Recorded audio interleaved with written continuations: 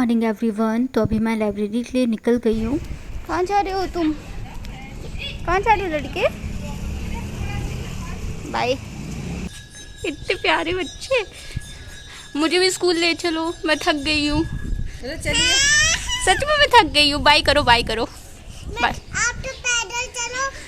हाँ, हम तो पैदल चलते हैं। मैं लाइब्रेरी पहुँच गई हूँ। तो सबसे पहले एंट्री करते हैं और अपना फ़र्स्ट स्लॉट स्टार्ट करेंगे। मेरा जो फर्स्ट स्लॉट है वो है दृष्टि की टेस्ट सीरीज़।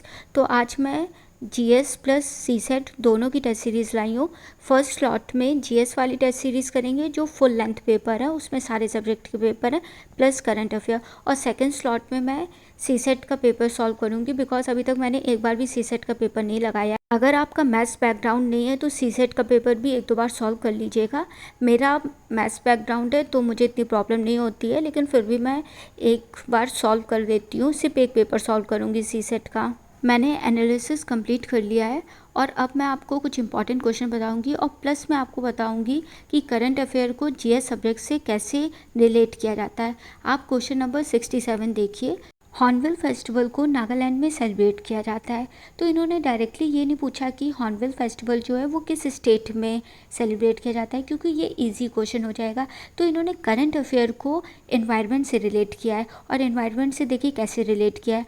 उन्होंने डायरेक्टली पूछ लिया है कि जो हॉर्नबिल है उसका IUCN स्टेटस क्या है, क्योंकि जो भी एनिमल्स और बर्ड होते हैं उनके IUCN स्टेटस होते हैं। और प्लस आपको लोकेशन पता होनी चाहिए कि वो जो एनिमल है वो कहाँ पे स्पेसिफिक पाई जाते हैं।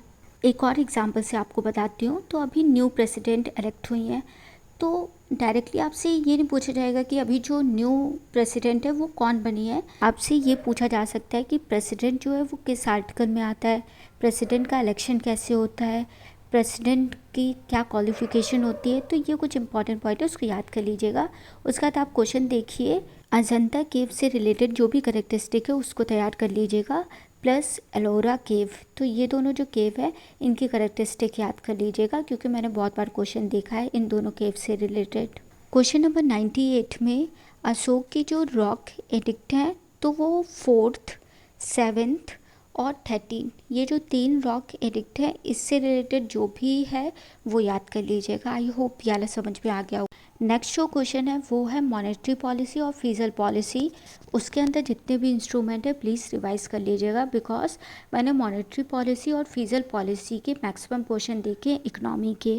और RBI की जो मॉनेटरी पॉलिसी है उसमें भी डायरेक्ट और इनडायरेक्ट इंस्ट्रूमेंट होते हैं, तो उससे रिलेटेड भी आप याद कर लीजिएगा कि कौन से इंस्ट्रूमेंट है वो डायरेक्ट इंस्ट्रूमेंट है, कौन से हैं वो इनडायरेक्टली है। क्योंकि इस क्वेश्चन में डायरेक्टली ये पूछा गया है कि इन चारों ऑप्शन में कौन सा इनडायरेक्ट इंस्ट्रूमेंट नहीं है।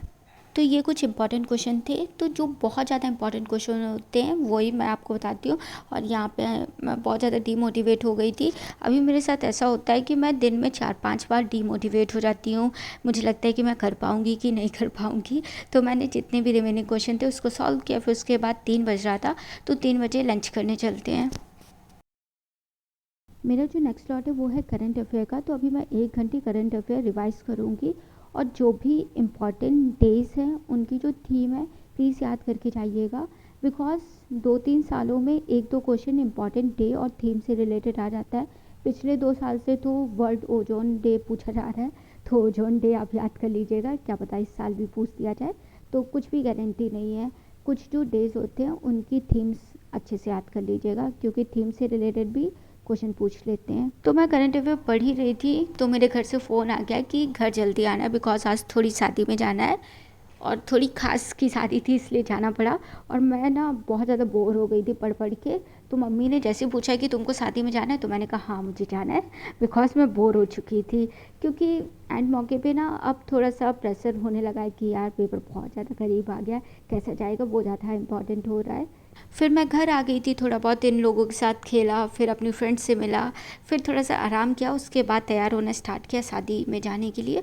तो आज मैं जा भी इसीलिए रही थी कि मैं टेस्टी टेस्टी कुछ खा पाऊँ।